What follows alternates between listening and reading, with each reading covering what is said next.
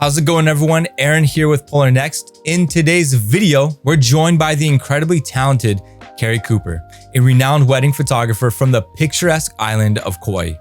Keri has seen it all, transitioning from the days of film to mastering the digital age, with experiences starting from Lightroom 1 right up to the present.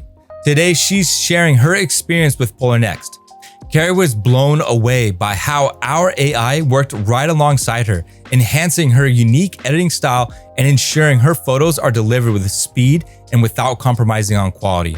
Before we start, be sure to hit that like button and let's get ready to explore the future of photo editing together with Keri. What's up, everyone? Welcome back to another video. Today, I've got Keri Cooper from Kauai joining me today. I first met her at PhotoCon Hawaii on Oahu.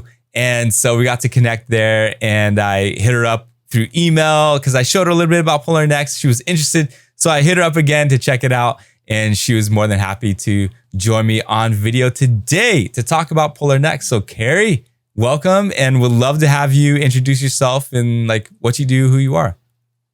Thanks, Aaron. Hi, I'm Keri Cooper. I live on Kauai, the little North Island on the Hawaii chain. I'm a wedding and portrait photographer. I've been photographing here for a little over 20 years. And I just love the life that I get to live here with working on the beach and meeting happy people, on the best days of their lives. It's amazing. So, I like being through the business for so long. I started in film, progressed through digital and all the changes of that. And so it's cool to like see these new tools, and it's exciting to break out of the normal editing processing world that I've been in for most of my career. Like, how long have you been doing weddings on Kauai? I might have missed the years, but like. No worries. Okay. I was living in Kansas. I moved out to Kauai. I worked with I apprenticed with a photographer here who's amazing. Craftsman, master of photography through the PPA and all that kind of stuff. So I, just crash coursed with them. And then, he trained me in a few different locations. Like, this is how you shoot at this location. And again, this was medium format. So you had to just really nail each piece and part spot on. So Valentine's Day, 2000, I shot my first wedding because the studio was booked, very few studios even had websites at that time. That's crazy that I'm dating myself. I was right out of high school, shot my first wedding, under a waterfall in Hawaii, Kansas girl. And I was just like, pfft. And you never left. No. Well, I just still pinch myself every day. So it's, I feel really, really blessed to have been able to build my career here. And, it's a special place, and it's a small place. Obviously it's not for everybody. It comes with its challenges. But I mean, the wedding photography that I get to do here is just really a dream come true. How did your photography evolve, and how did you come into your style of editing and work? Yeah. Going through even the beginning of social media, right? So that changed photography a lot as well, of we can put all these fun filters on these images, and we're taking so many more photos than we ever did before, and sepia tones and the hyper the HDR, the really high contrasty stuff.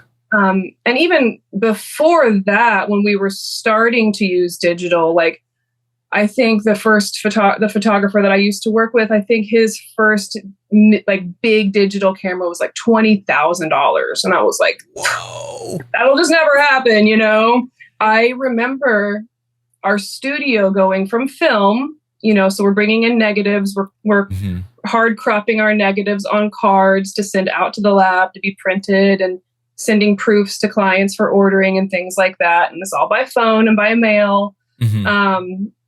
And so the studio was running as far as scheduling, marketing, working with our clients, and working with photographs. And then we started doing digital, and then digital meant we were now in charge of our color processing. Yeah. Our printing even, you know, so we would make these discs and send these discs off to labs to have our images come back. So there was a whole new skill set that needed to be learned. Yeah. And then I started doing my own business, and I was still in those digital days, and you know, there was no Lightroom. So every image had to be brought in to Photoshop. So you're waiting for like 20 images to load into Photoshop at a time. So you can edit, process, send out. And it was fun and exciting and new and novelty. So we all just kind of flowed with it, you know, like, oh, I know Photoshop. I'm a professional. And then 10 or 15 years later, I think it was for me specifically, you know, obviously Lightroom came through and I learned my own style through that.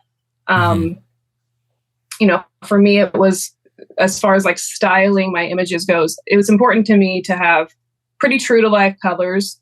You know, I feel like for my clients, they're not coming to Hawaii to have all the greens washed out, or, you know, like you want to get some of that color in the sky. You need to see some of those blue skies, even though it's sunset and all that kind of stuff. So to me, you know, I want to stay fairly traditional with my colors, because I have seen the changes so much of like what these trendy images and wedding photos should be forever. You shouldn't look at them and be like, oh, I just wish they didn't have that green cast over them, or the background wasn't completely blurry. You know, documenting real life, showing people in their best literal light, I think is important. So I stay true to life, maybe a little bit more poppy with my sunset colors and things like that. But I don't like to go overboard, and I'm not trying to create a fantasy.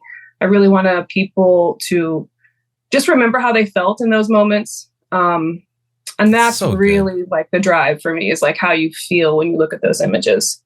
Yeah, I really vibe with that. I mean, we're both in Hawaii, so go figure. But let's switch gears now. Met you at PhotoCon Hawaii, and I was there to participate, but also, you know, talk to photographers about Polarr Next, you know, and I wasn't trying to be like too pushy and like shove it in people's faces, because I wanted to enjoy like the conference and just actually make real connections with people.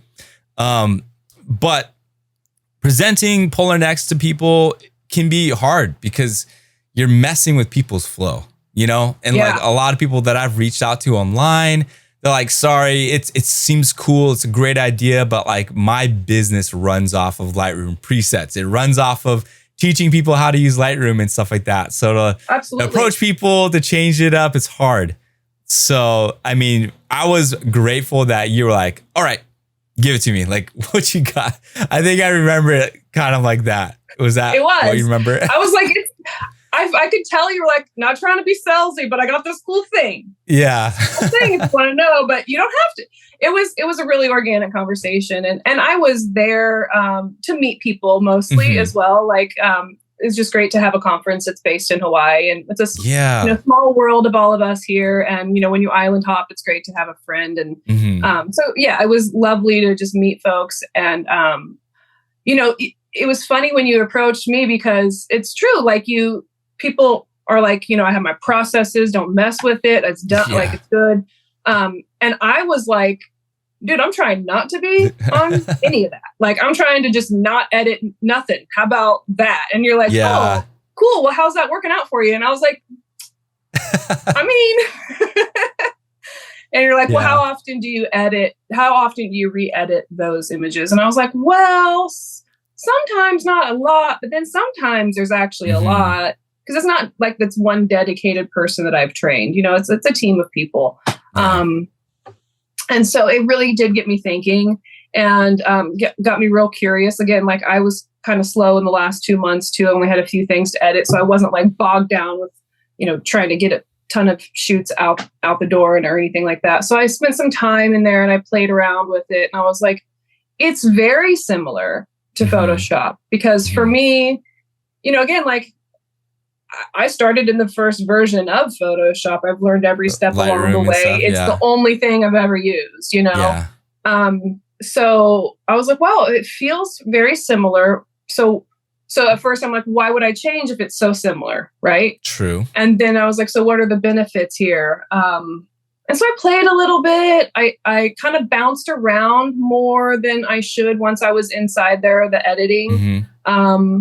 And then I finally was like, okay, let's spend some time. Like, let's learn what I'm supposed to do here and the flow of it all. And then I was like, oh, wow. Like, it thinks for me in the right ways, you know? It was just really intuitive. And I was like, I think this could really save me some time. I don't do very like real specific editing. Again, like I'm trying to capture in camera. Yeah. So there's a few little tweaks that I need to do. Mostly it's just, you know, color balancing and I'm done. So I spent around $7,000 in editing last year. Wow. And I think I would like to keep that money in my pocket this year. Yeah, that's good.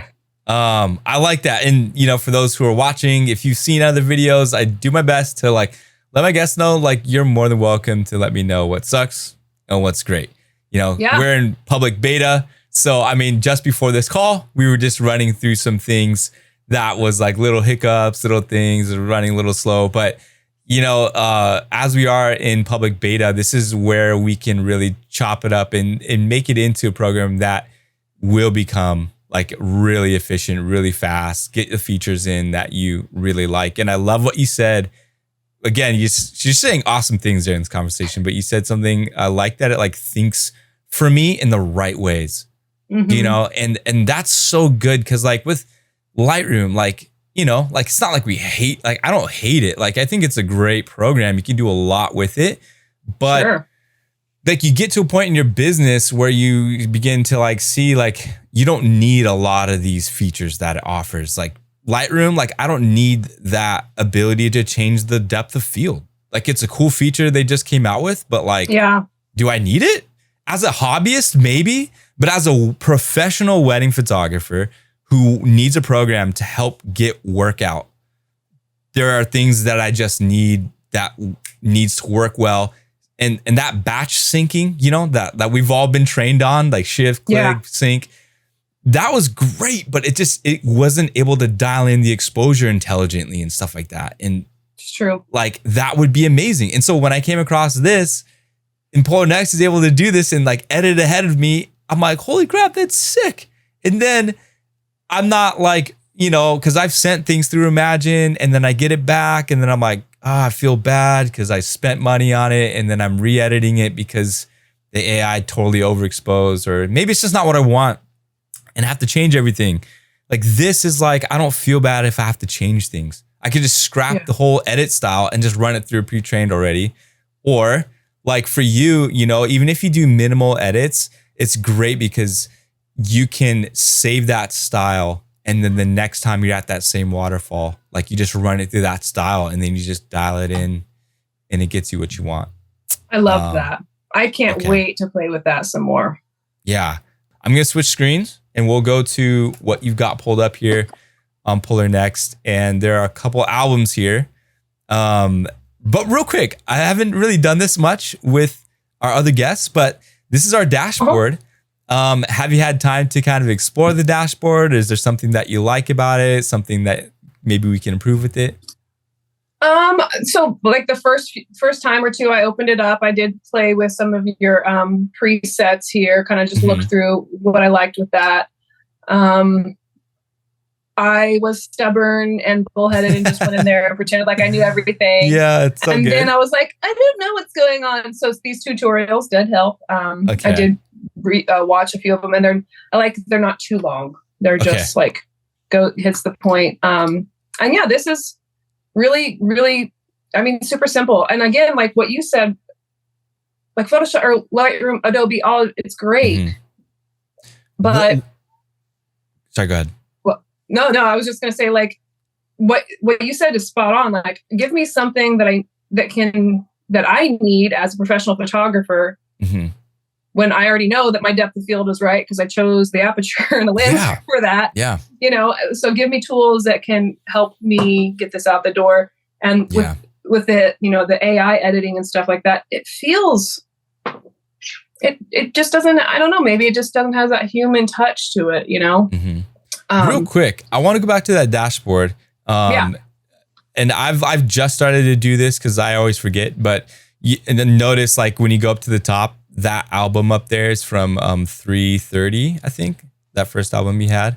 So you can click those three dots, and you can adjust the project date on it so that you can organize your projects in the right folders, because it says that's in April 2024.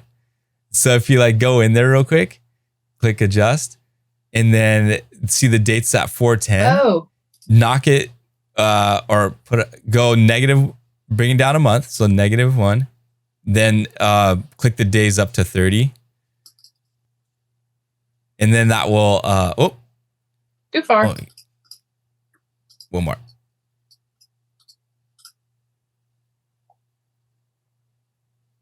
Oh, no. Bring it down. Sorry. So you can see how that says new date under current date. Oh, make the date 330. Yeah. There you go. And so now you got it proper. Oh, I see. So now these two match. Yeah. Oh, right on. There you go. Cool. Just a little thing too, like in the future. Yeah. Once I have like a bunch of projects in there, that will definitely be helpful. Okay. Anyways, yeah, let's jump into maybe that one, the Lori and Kevin. Or wait, no. It was Sarah, right? Sarah. Yeah. Sarah and Brian. Awesome. And so I helped you. We're starting from scratch here. So just show me like what you would do with this. I see you got a lot of presets imported and stuff, but how would you edit these suggested photos? So there's a few little like tool preset things that I have from my Lightroom that I see myself, that I guess I was missing when I was editing. So I pulled a few of those in, and I was like, I don't know how they're going to work with this software. They worked great. So I have my my preset that I have created, and it's real similar to what it looks like for me in Photoshop. And then I didn't use the suggested filter before, but you suggested that I should choose the suggested. So since you suggested it, so then I have these 18 suggested here. So are you saying I should edit these first and make them references?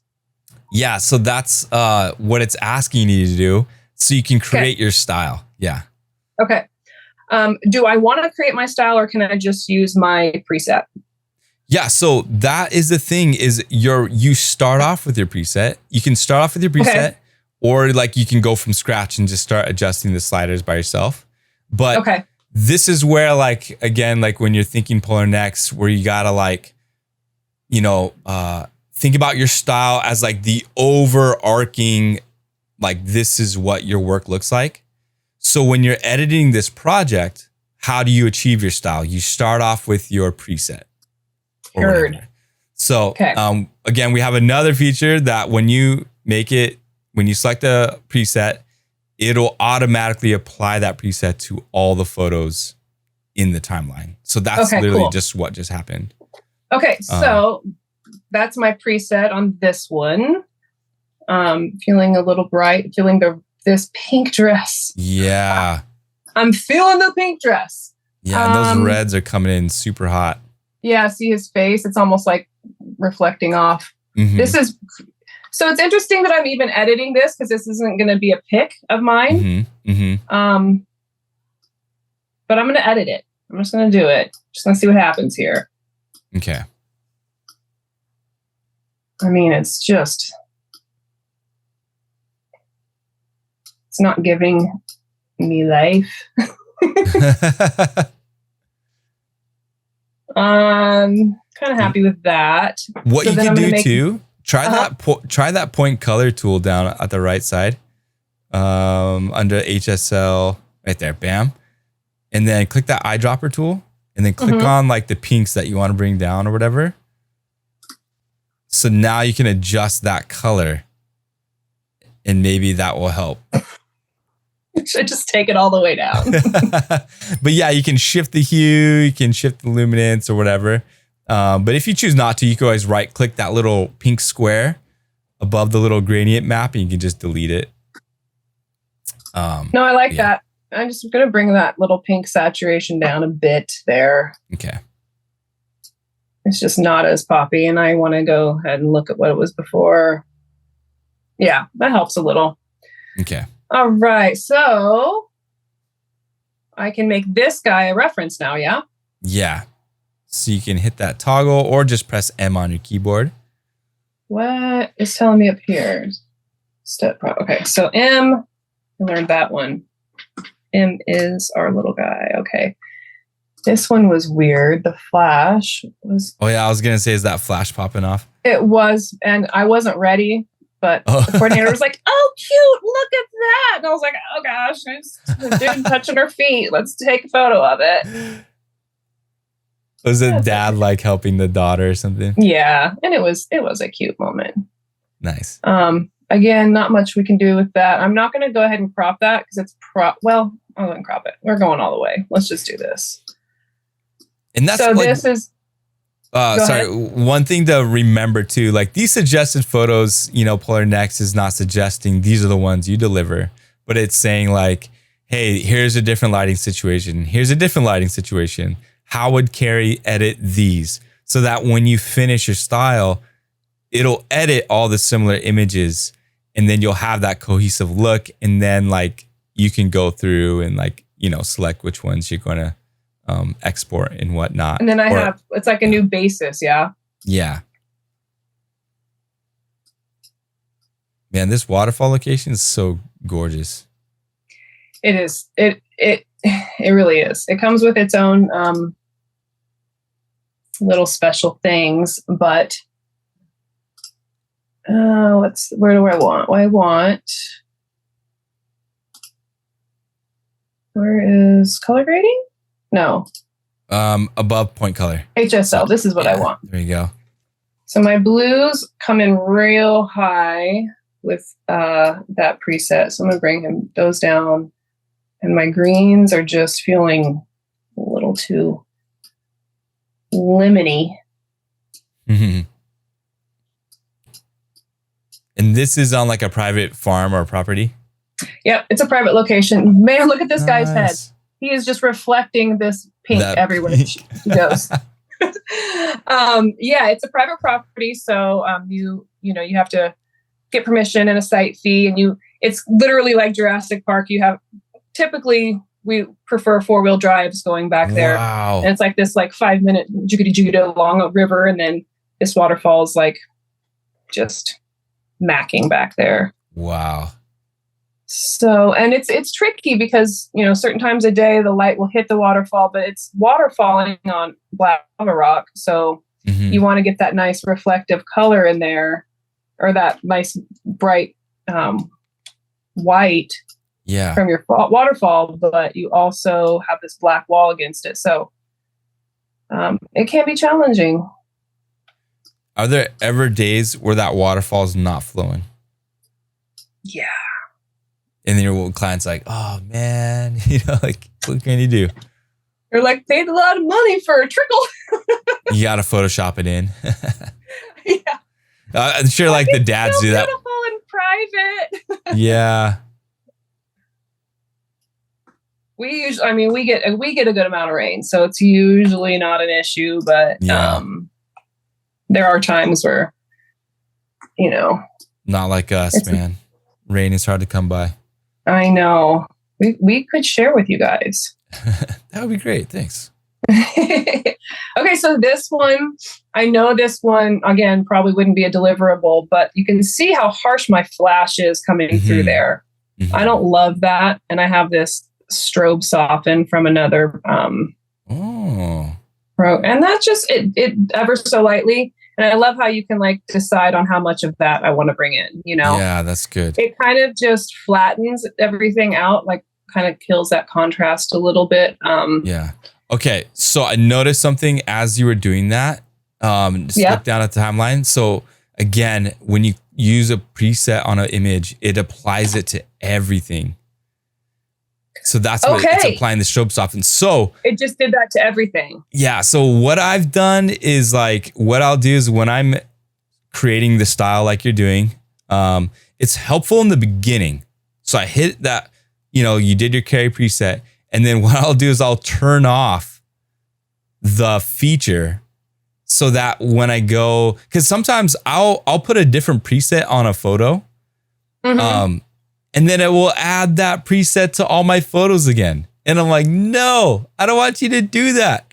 I wanted most of my photos have one preset. And then this one is like, so it's like a black and white preset. And now it's like applying black and white to everything. So I try to turn it off after I used it in the settings. So I think that's maybe a feature. What do you turn off?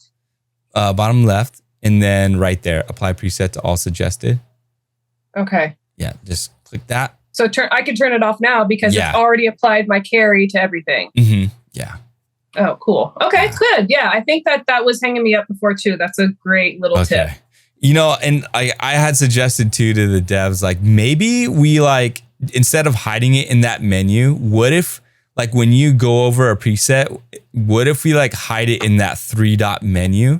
Or we just have another icon. Like if you scroll over a preset real quick, go back to your Keri one. So imagine if there was an icon next to the 3 dots that we know the icon means apply to all. That would be kind of nice, right? Because then you have that full control rather than it just kind of doing it over and over and over. And then if you apply a black and white preset to another photo, you just click the preset. But if you want to apply Keri to it all, then you just either click the 3 dots and then hit the suggested where it says apply to all. I don't know. What do you think? Yeah, that would be helpful. Because I was definitely not knowing that. I know we have, we can create masks and we can select subject and all the things like that. And I'm sure that's not the first request of that. At this point, it's not going to happen so often. I would just pop in here and do I would pop in here. Yeah, and then brush. And just do a little brush moment. Yeah, a little desaturation, a little exposure. It's interesting how it does that. You can turn off auto mask. Okay, where is that? It'll to the right on the panel. On the there you go. Go to below. There's a little blue toggle. Oh, the blue. Bam. Okay, cool. There you go. And just a quick little rugged moment here. And again, this isn't going to be everywhere, but if people, and I'm going to give her a little boost too. Yeah, I had a friend who created a teeth whitening preset in Lightroom, and it was nice. It just, the algorithm can just nail that, yeah. To be able to have something like that in the future would be awesome. This one, I would probably just pop in a little vignette.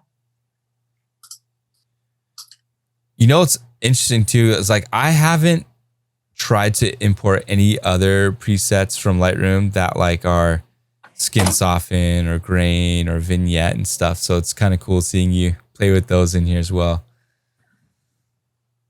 So I did that vignette thing, and that's not going to go to everything because we turned it off already. Correct. Yes. Okay, cool. Just a reminder for myself. Okay, cool. Yeah. Yeah. I mean, honestly, I was like, well, let's see what will happen. And then I was definitely pleasantly surprised with, it's good. With that. I remember editing this one in Photoshop and just being like, what do I do? We're going to get blown out here. We're going to show them here. This is what we're going to do. So again, we can just pop a little vignette on that.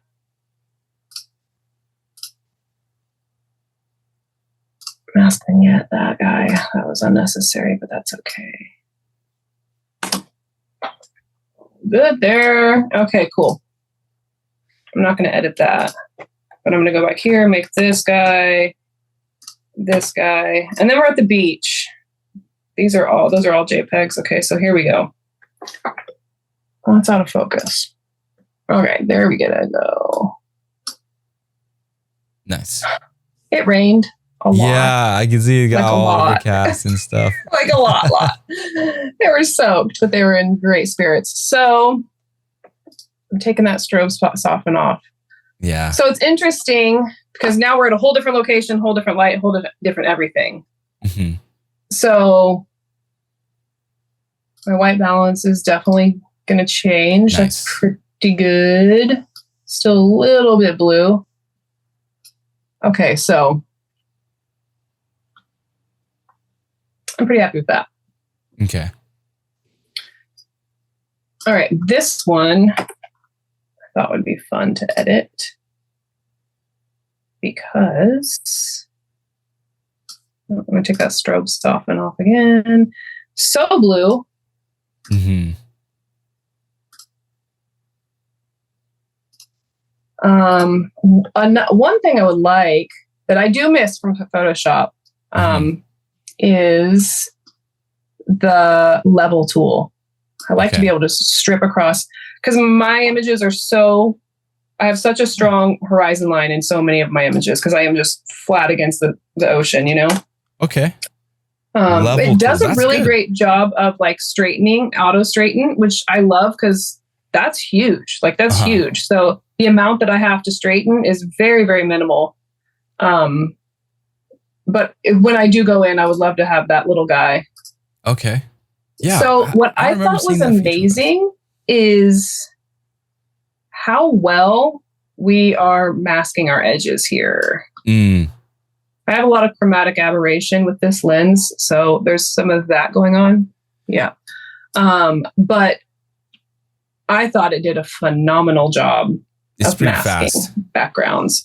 And just like that haloing that can happen sometimes. And again, this isn't somewhere I like to go, but we all need a little bit of help sometimes. Yeah. And,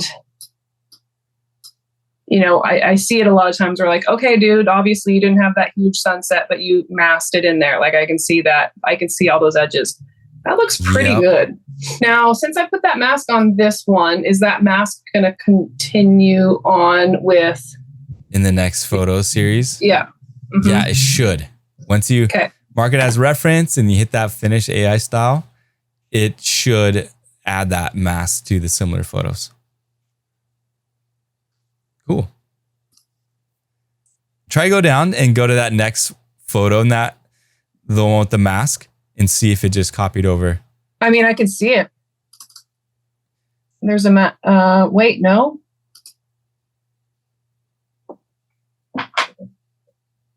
Yep, it's there. Nice. Yep, there it is. And I mean, like, the edges are great. Besides my purple fringing, it's great. Yeah. That's one thing too. We don't have the chromatic abrasion removal yet. That'd be something hopefully in the future. It's never worked that well for me, honestly. Yeah. I prefer just to not use that Lightroom, it anymore. works like maybe like 50-60%, I would say. 50% of the time, it works 100% of the time. Yeah. These are lovely. I mean, I couldn't really ask for much more there.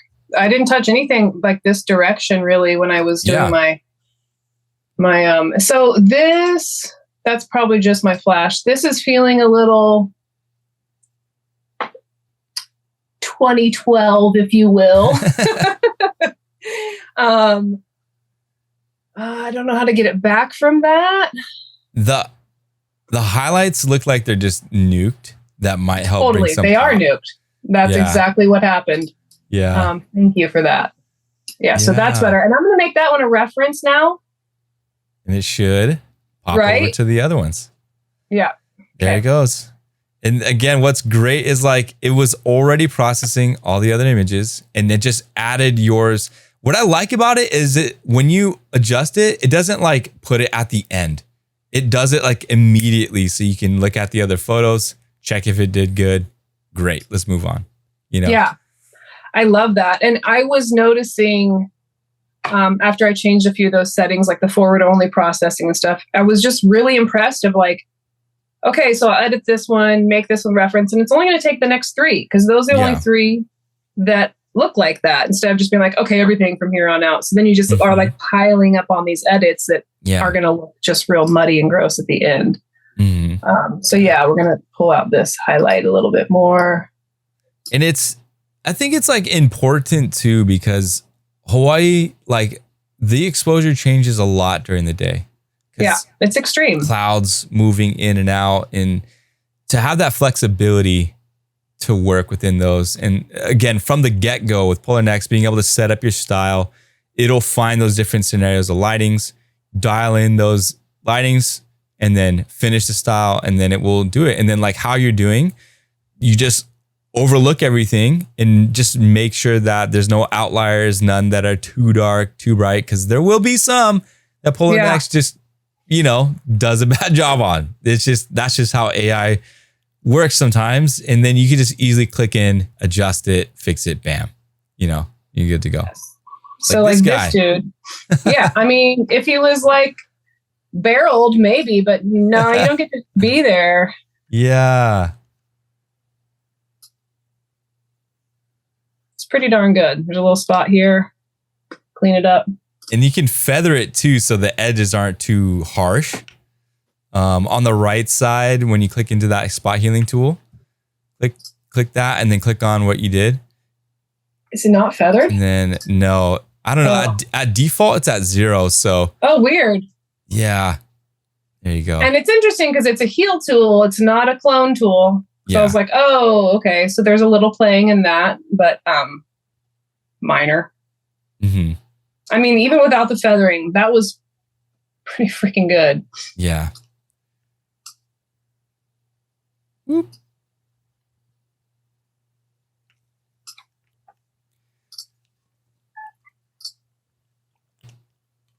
Done. All right. And so this one, you really spent your time on it, editing through and like dialing it into what you want. Yeah. These look gorgeous.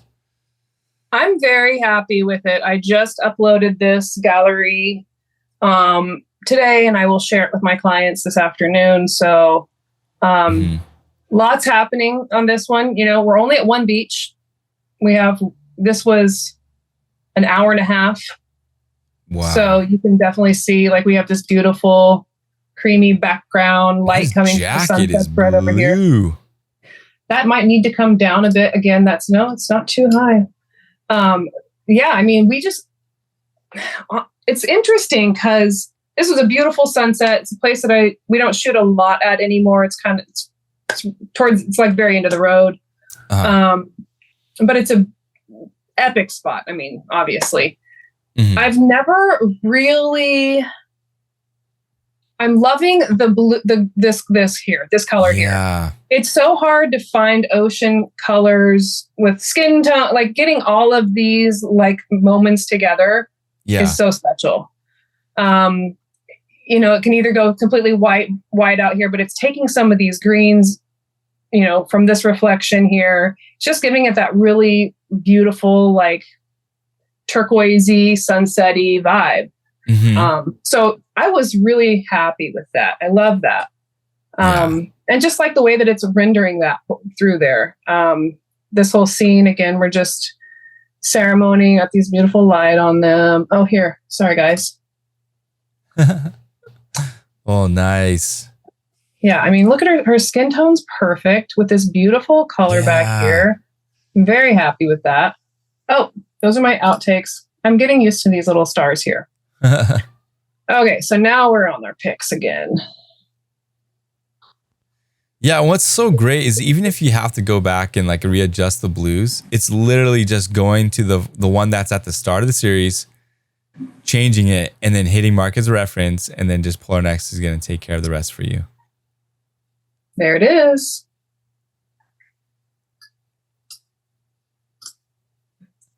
Just like that.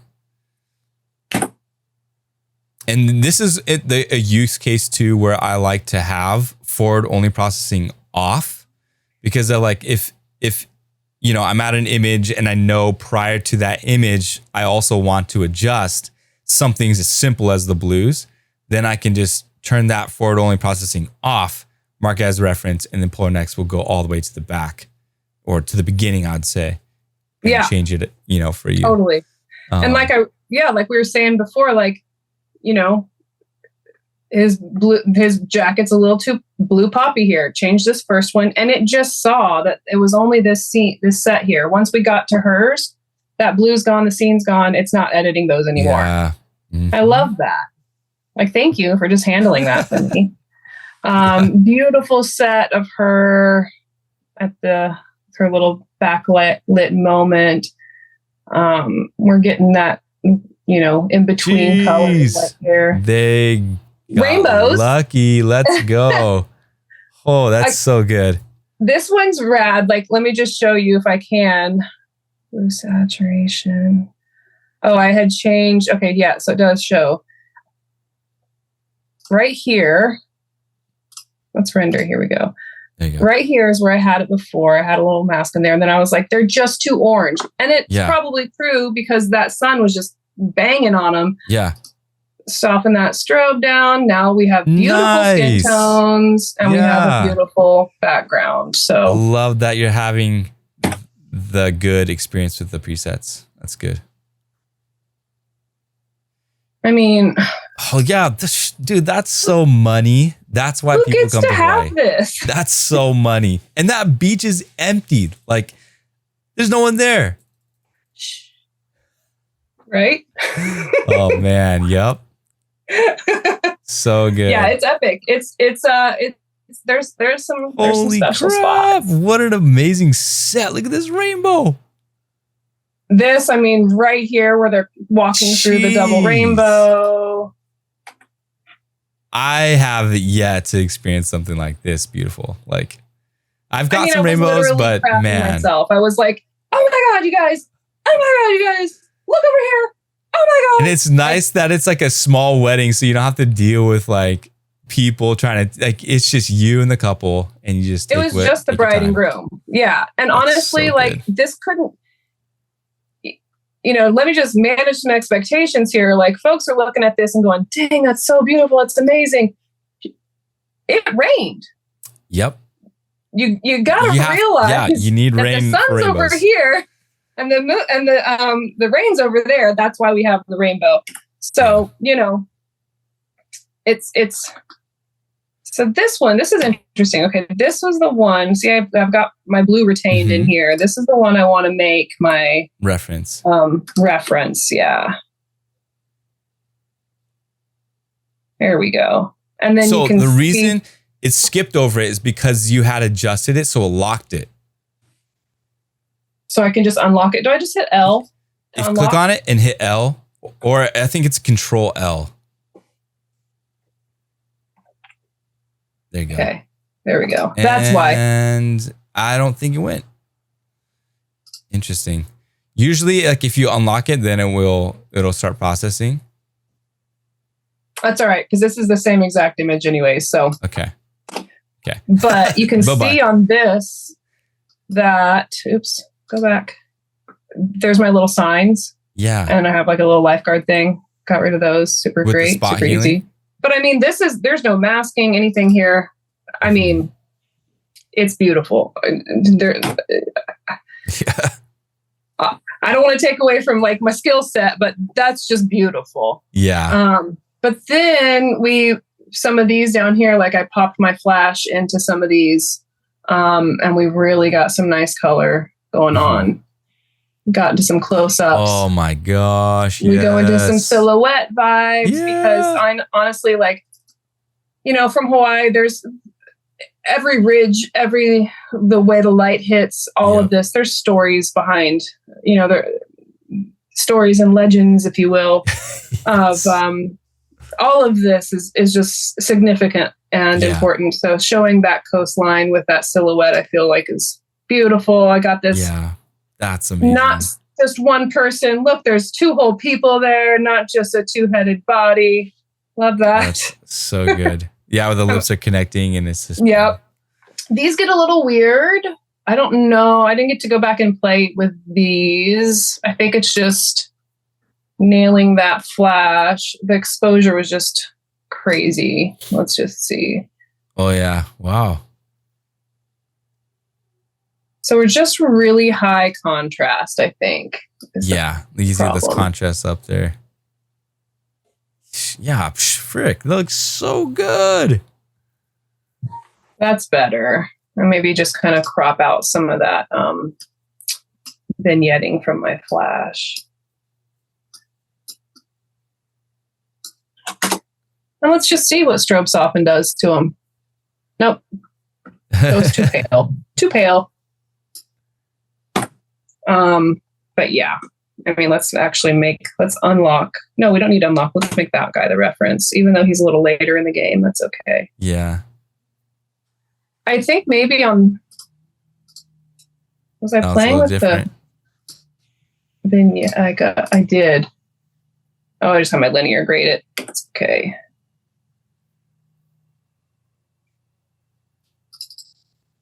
Trying to get that green flash that night. Yeah. Not quite. Nice. So then we have this beautiful, stopped down, bright orange sunset. Sun's gone. And now we have fun afterglow, which is my very favorite sweet spot of the day. So sun's down in this shot right here? Well, sun's gone. And he just opened it right back up. I'm only at 640 ISO, 2.8, 250 a second. Yeah. Nice. So then we get these great, you get that little afterglow. The ocean's kind of calmed down. You don't have all those black. I mean, obviously I stopped it down. I was looking for silhouettes there. Yeah. But I feel like this is just like the most beautiful light box ever. And the skin tones are just going to be ridiculous here. Softened them up a bit. That's so nice. He looks a little stony there. That's okay. Popped a little flash onto this. This is kind of interesting. Good. This one is supposed to be the same exposure, so I don't know what happened there. Yeah, and if you hit that other one as a reference, it should match it up. So I got to unlock this guy first, right? Yes. Yep. Yes. And then I'm going to reference this guy again. He was like that before. Okay. And then, so look, this is literally seconds apart. Flashed. No flash. Matter of preference at that point because they're wide. Yeah. Pop a little reflector underneath them and they're boom, bang. Wow. Boom, yeah, bang. Those look so good. How does Polarr Next, how do you think, just kind of going through everything here, like how does Polarr Next address any of the pain points that wedding photographers might have in their workflows?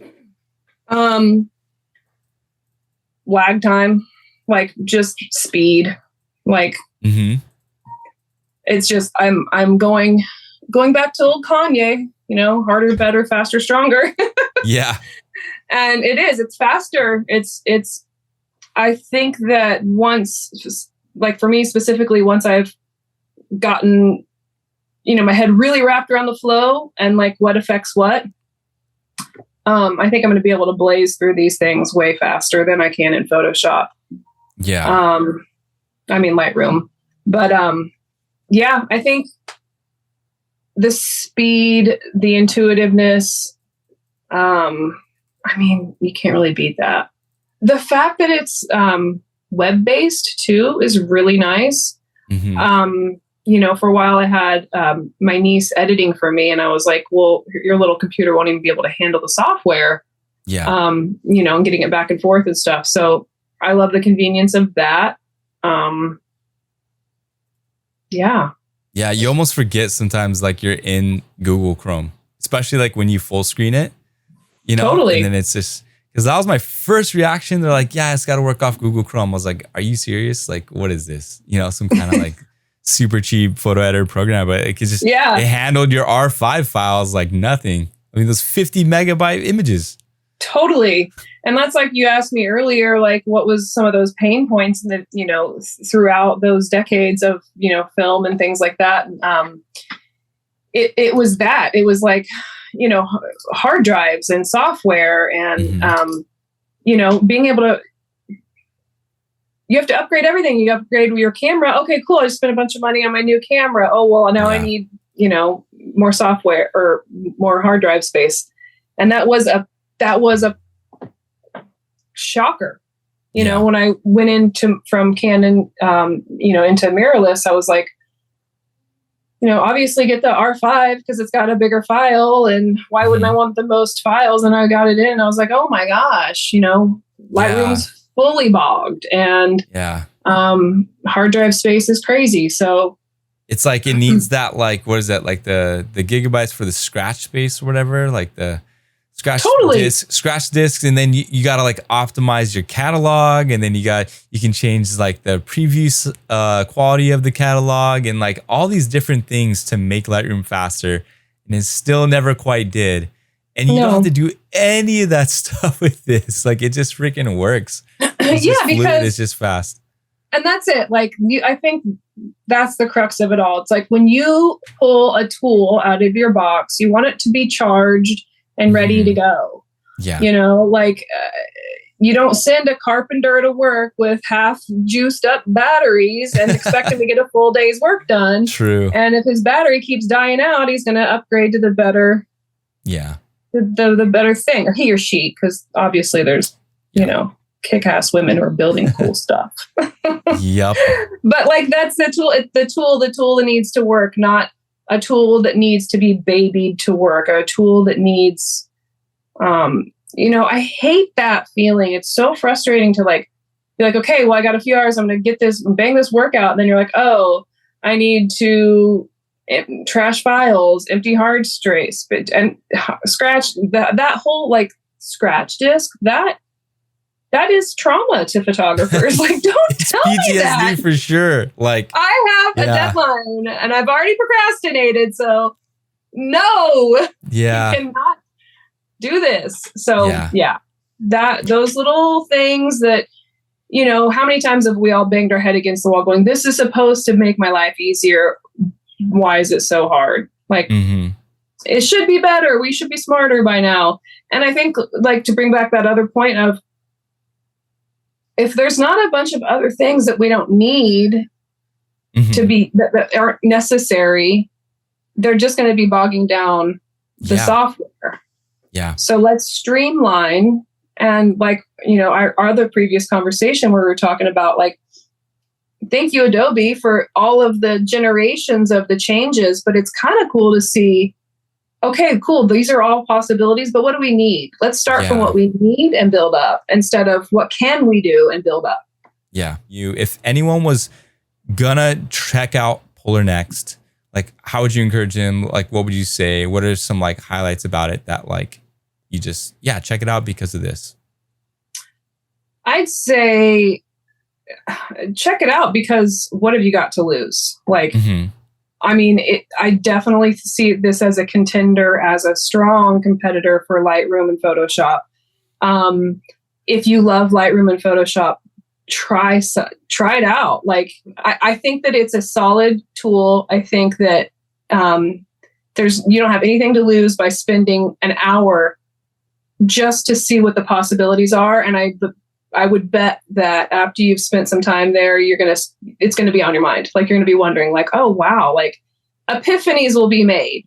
And if anything, like, I'm a Canon shooter, but once in a while I pick up a Nikon camera and I'm like, this is cool. What could be done here? You should have a good grasp on like most of the things in your industry, I feel like. So don't just poo-poo it because it's not in your normal flow. Get curious, be creative, play. I love that. That's so good. Keri, thank you so much for sitting down and chatting, talking story with me this last hour. And for those who want to check out Keri's work, I've got her website and her Instagram down in the description below. Go follow her and be like, hey, I saw your interview with Polarr Next and I really loved your photos. Also, we have a Facebook group. If you use Facebook, if you use Facebook, then definitely go join our community. We've got a lot of photographers in there and we're growing, and it's a cool place to ask questions, get feedback on your work, and possibly even like share your styles and stuff like that. So we'd love to see that. Keri, thank you so much again, and hopefully look forward to connecting with you again in the future. Awesome. Thank you, Aaron. Appreciate it today. All right. Thank you. Bye-bye. And that's a wrap on today's interview with the amazing Keri Cooper. We hope you are as inspired as we are by how Polarr Next is changing the game for wedding photographers everywhere. It's not just about the photos, it's about telling a story that lasts a lifetime. And with Keri's insight, we've seen just how technology and artistry can blend seamlessly to create magic. If Keri's story has sparked a new idea for your own photography, or if you just love hearing about the evolution of our craft, then leave us a comment down below. We'd love to hear your thoughts. And don't forget to like this video if you found it useful. Hit the subscribe button to stay updated on our latest content. We've got plenty more videos coming down the way, so make sure you stay tuned. Thank you so much for watching, and we'll see you in the next video.